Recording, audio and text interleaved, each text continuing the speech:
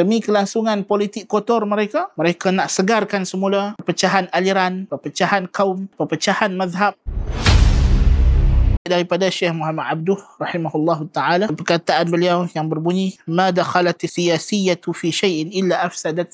Tidak ada satu pun yang dimasuki politik melainkan politik merosakkannya. Ini politik zaman kita lah, dan sekarang lah. Hakikatnya pertembungan di antara aliran yang berlaku di tanah air kita ni, yang disegarkan semula ini, tidak lain tidak bukan adalah makar jahat para tikus-tikus politik, atau istilahnya politikus, untuk meneruskan hegemoni kuasa dengan memastikan umat Islam secara umumnya dan umat Melayu secara khususnya terus berpecah belah. Maka dengan itu mereka akan terus berkuasa, walaupun hakikatnya tidak sebegitu. Mereka akan musnah sampai masa kerajaan mereka akan dimusnahkan oleh Allah Ta'ala. Hanya kerajaan Allah yang kekal. Tetapi mereka ini sebagai pewaris penjajah yang meneruskan cara takbir urus penjajah, berfikiran seperti penjajah, pecah dan perintah itu masih diamalkan. Demi kelangsungan politik kotor mereka, mereka nak segarkan semula perpecahan aliran, perpecahan kaum, perpecahan mazhab, dan tipu daya mereka ini dibongkarkan oleh Allah Ta'ala depan mata kita. Innahum yakiduna kaida wa akidu kaida. Tuhan juga melakukan makar. Wa makaru wa makarallah wallahu khairul makirin. Ini bila berlakunya isu tentang perayaan orang kafir, terdedahlah